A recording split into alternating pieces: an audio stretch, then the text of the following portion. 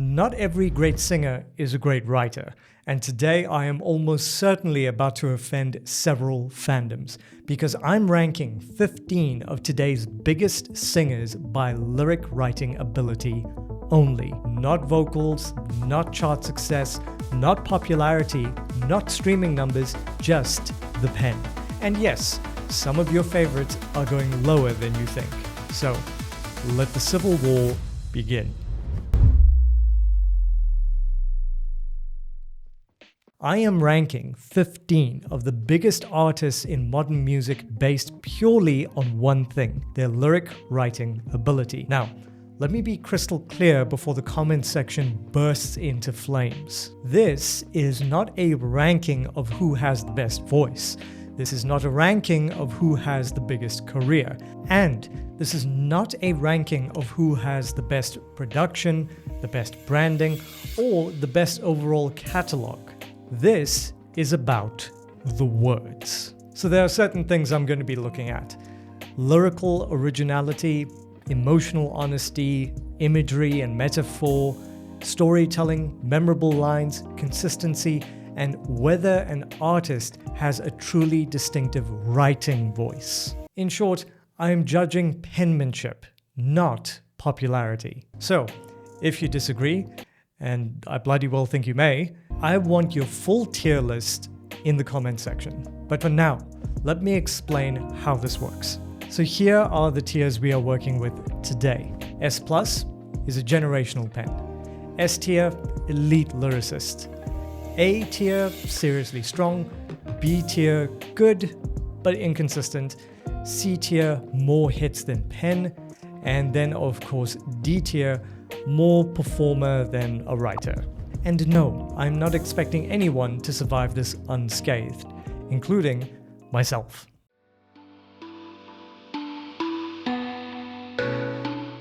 Alright, artist 1, let us begin with Dua Lipa. Now, she is a massive pop star, huge records, fantastic performer, brilliant at delivering sleek, polished, confident pop with an undeniable sense of style. But on a lyric writing only list, I have to be honest, Dua's strength has never primarily been the pen for me. Her lyrics often do what they need to do very efficiently. They are functional, catchy, rhythmically clean, and built to support excellent hooks. And you have to give it to her for that. But when I think of truly memorable lyricists, I'm asking, do the lines linger? Do they reveal something profound? Do they create imagery? Do they feel unmistakably authored? And with Dua, more often than not, I feel the emphasis is on vibe, momentum, and pop architecture rather than lyrical revelation. Now let me be clear, that is not an insult. It simply means that in this particular category, Dua Lipa goes into C tier for me. More hits than pen. Wonderful artist, but on lyric writing alone, not near the top for me. Next up, Harry Styles. Now, Harry Styles is interesting because I think he has a kind of lyrical charm that people sometimes overcredit and sometimes undercredit. He absolutely has moments of warmth, sensitivity, and emotional ease. There are times when his writing feels intimate and human and gently evocative. But if I'm being brutally honest, I don't think he is consistently incisive enough as a lyricist to sit with the true upper echelon that we have before us. Sometimes the writing is beautiful in atmosphere, but not necessarily unforgettable in language. Sometimes it's emotionally pleasant, but not piercingly specific. He can absolutely, don't get me wrong, he can absolutely write lovely songs, but lovely and lyrical elite are not always the same thing. 6-7. For me, Harry lands in the category of strong moments, appealing tone, but not enough consistent lyrical sharpness to go higher. So Harry Styles, for me, he goes in B tier. Good, but inconsistent. And yes, I can bloody hear already some of you typing. So let's see how this goes. And our third artist of the list now, we have Ariana Grande. This one will divide some people because Ariana is one of those artists whose voice is so extraordinary that it can sometimes overshadow the writing itself. At least that's how I feel. And on the one hand, I do think some people underestimate her. Her best lyrical moments that I can think of can be intimate, conversational, candid, and emotionally disarming in a way that feels more grounded than she often gets credit for. That being said, there are flashes of vulnerability, there are flashes of self-awareness, and occasionally there is a softness in her writing that genuinely lands. But again, I am judging her against the strongest pens on this list. I do not find lyricism consistently elevated enough when it comes to her work. Her catalog has strong moments, certainly, but also a fair amount of writing that feels more functional, more mood-based, or more dependent on performance and melodic delivery than on the sheer strength of the words themselves. So for me, Ariana Grande, Madam gets a B tier. Better than some critics would allow, but not consistently elite on a lyric-only metric, in my opinion. Okay, next we have Post Malone. I do love Post Malone. He is fascinating because he often wins emotionally without necessarily winning technically. And what I mean by that is he can absolutely make you feel something. He has an ache to him, a weariness, a kind of melodic melancholy that can be incredibly effective. But when I isolate the lyrics from the mood, from the production, from the vocal texture, I don't always find the writing as rich or as layered as some of the best lyricists on this list. Sometimes the lines are simple but effective. Sometimes they are emotionally resonant. But I don't often come away thinking that is a line of striking literary or lyrical craftsmanship. Again, don't get me wrong, he's excellent at atmosphere, excellent at feeling, but not always exceptional at the pen itself. So for me, Post Malone also lands in B tier. Good, but inconsistent. He is a strong emotional artist, not one of the strongest lyricists here though. Okay, so we are into our fifth artist. Now, this one may surprise many of you, or some of you at least, but Ed Sheeran. So I think Ed Sheeran is often underestimated by people who confuse simplicity with lack of skill. In truth, writing a lyric that feels effortless, accessible, and instantly memorable is often much harder than people realize. Ed has such a gift for conversational flow, melodic friendly phrasing, emotional clarity, and writing lyrics that feel natural in the mouth. He understands structure. He understands how to make lines land. He understands how to make a song feel personal without becoming inaccessible. Now, the question is, does he always dazzle with metaphor or poetic density? I'm gonna say no. And yes, there are times where his writing can lean a bit formulaic, but when he is good, he is very good. And I think people are far too quick to dismiss pop craftsmanship as though it were somehow lesser. So for me, Ed Sheeran goes to A tier. Seriously strong. Now, again, not quite in my elite lyricist tier, but absolutely a stronger writer than many give him credit for, in my opinion. Next up, Sabrina Carpenter. She's been doing the rounds on the music circuit.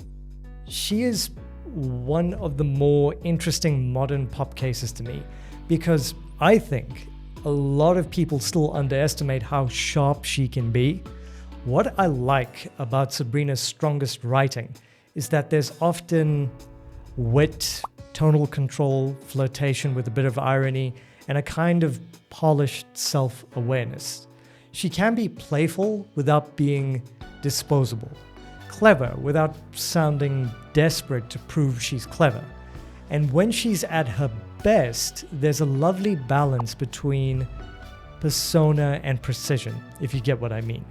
Now, I don't think she is quite in the category of generational pen conversation just yet. And sometimes the writing leans more toward character, sparkle, and attitude more than profound emotional excavation.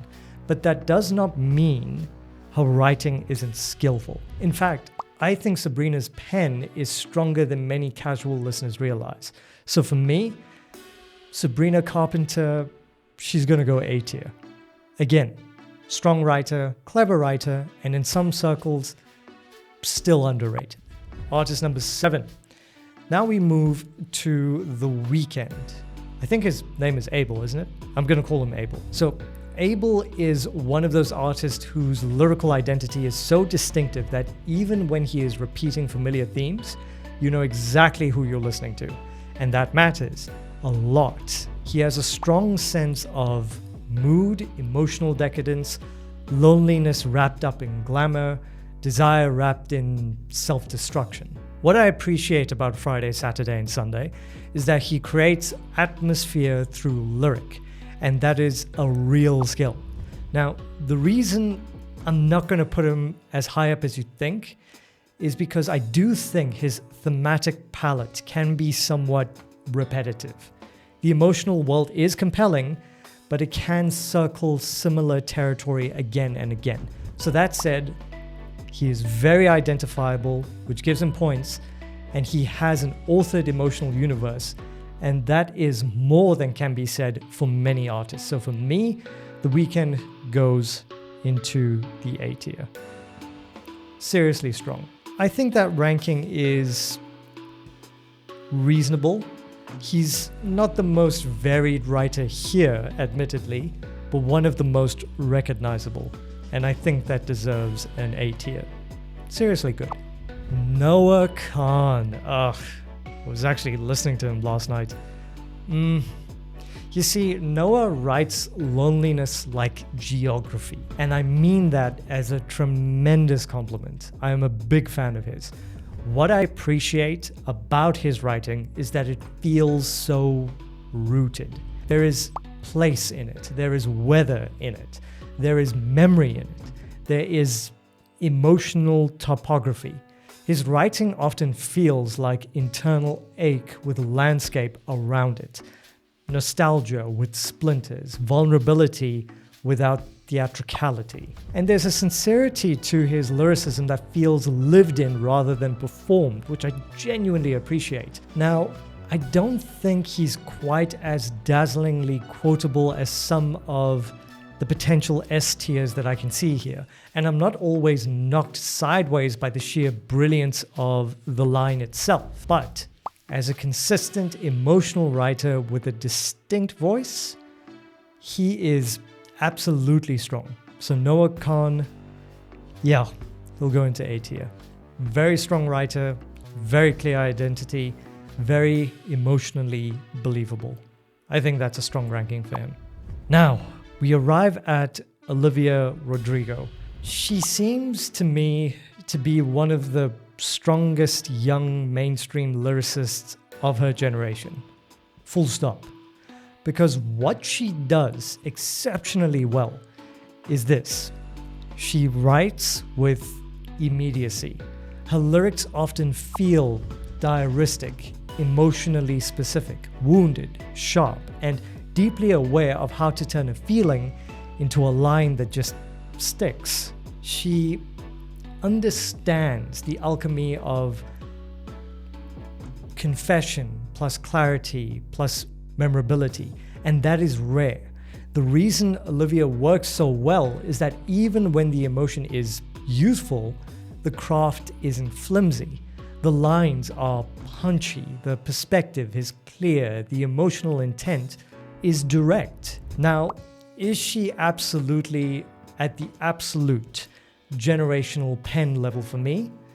Not quite. But is she elite? Yes. So, Olivia Rodrigo, she's going to go into S tier for me. I honestly, genuinely do believe this, that she is the real deal. And I suspect she's only going to get better over time.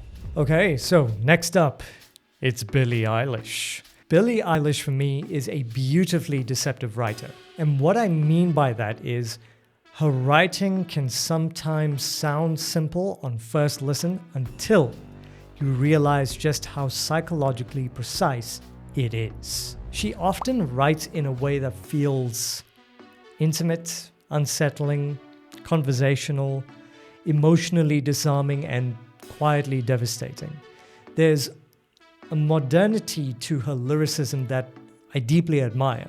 She doesn't always need ornate language. She doesn't always need a grand metaphor. She often relies instead on emotional angle, the precise emotional lens through which the line is delivered. And when that works, for her, it really works. Her writing can feel like a private thought that accidentally became a song. So for me, that places Billie firmly in the upper echelon. So Billie Eilish goes into S tier. She's elegant, distinctive, emotionally intelligent, very, very strong pen, in my opinion. Now, let's talk about SZA, or SZA. I never get her name right. She writes emotional chaos extraordinarily well. And I mean that in the best possible way. Her writing often feels contradictory, vulnerable, impulsive, wounded, desirous, and painfully human. She has a remarkable ability to capture the messiness of real emotional life. Not the polished version, not the tidy version, but the version that feels like the thoughts you have at 2 a.m.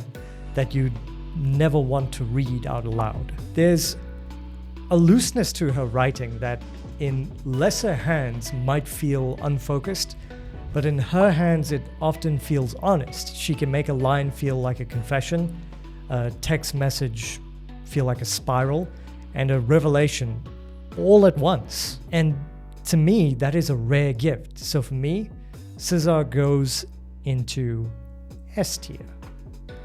Not just a strong lyricist, but a deeply human one. And that I can appreciate. Next, we have RAYE. If I'm honest, RAYE for me is one of the most compelling writers on this list. What strikes me about her pen is that it feels both technically crafted and emotionally blissful. Because RAYE, she can be direct without being dull, personal without being shapeless, cutting without sounding performatively raw.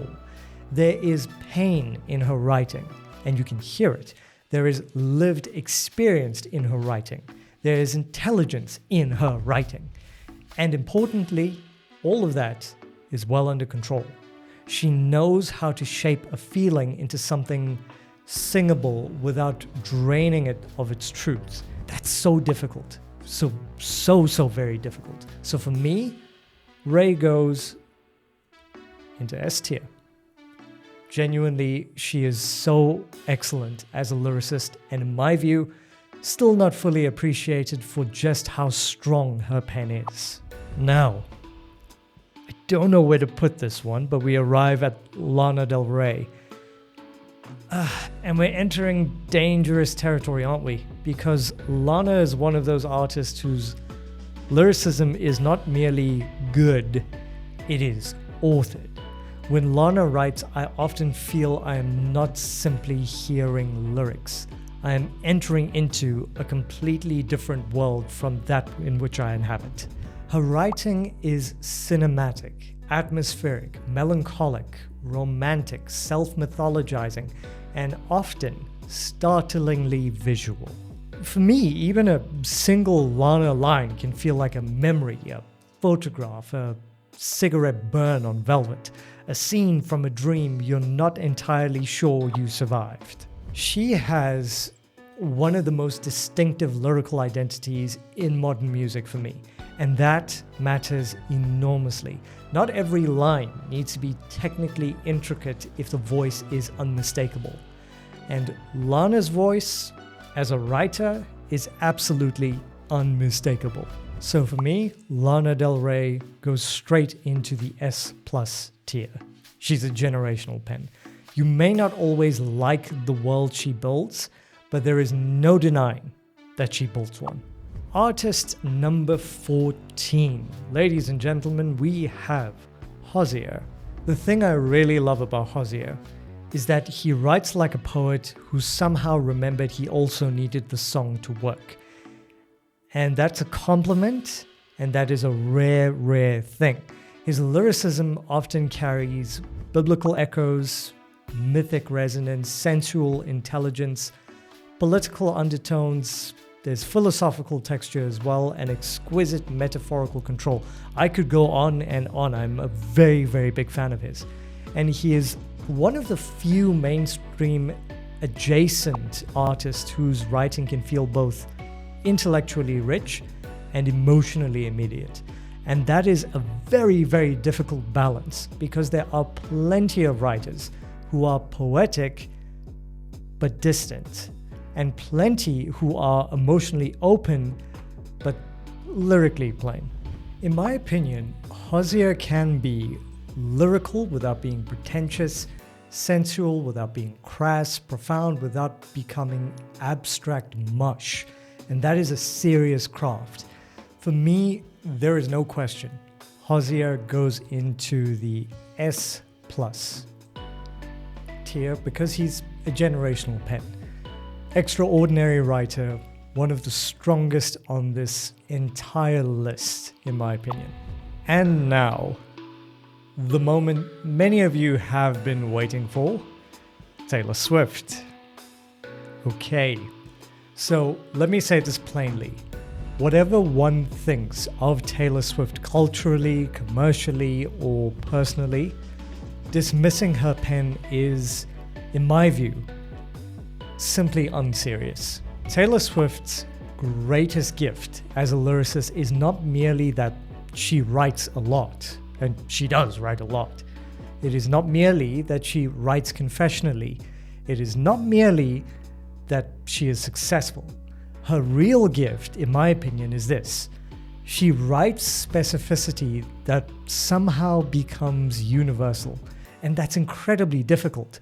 She can take a glance, a room, a season, a phrase, a memory, a social dynamic, and turn it into something so emotionally legible that millions of people project themselves into it.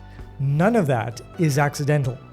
That is craft. She understands narrative framing, emotional escalation, motif, perspective, quotability, melodic-friendly language, and the art of the devastatingly precise detail. Now, is every lyric she has ever written flawless? Of course not. No artist at this level escapes inconsistency entirely. But, on the whole, her consistency, her output, her recognizable authorial voice, and her ability to make deeply personal writing feel communal, that places her in extremely rare company. So for me, Taylor Swift goes into S+ tier. She is a generational pen, without a shadow of a doubt. Whether she is your favorite or not, the pen is undeniable. So here is the final tier list. So S+ generational pen, we've got Taylor Swift, Hozier, Lana Del Rey. S tier elite lyricists, we have Billie Eilish, SZA, RAYE, Olivia Rodrigo. A tier seriously strong, Ed Sheeran, Sabrina Carpenter, The Weeknd, Noah Kahan. B tier good but inconsistent, Harry Styles, Post Malone, and Ariana Grande. And then C tier, more hits than pen, Dua Lipa. And then finally D tier, more performer than writer. Nobody today because I chose Mercy. Briefly, very briefly. And now, my friends, I hand the bloody chaos over to you. I want your tier list in the comment section below, and I do mean your full tier list. There's 15 artists here. Tell me, who did I rank too high? Who did I rank too low? Who deserves S+, and which artist on this list is, in your view, the strongest lyricist in modern mainstream music right now? And if you would like a part 2, we can absolutely do that. There are many artists that I believe deserve to be covered.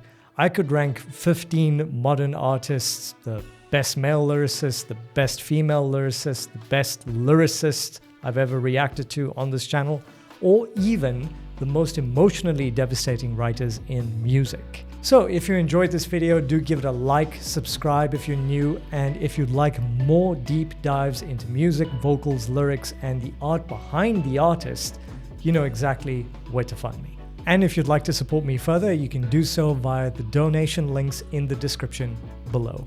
Until next time, ladies and gentlemen, I have been Carl The WordSmith. Thank you ever so much for joining me. And until next time, do be kind, do be gentle, do be respectful to one another, and help each other out when you can.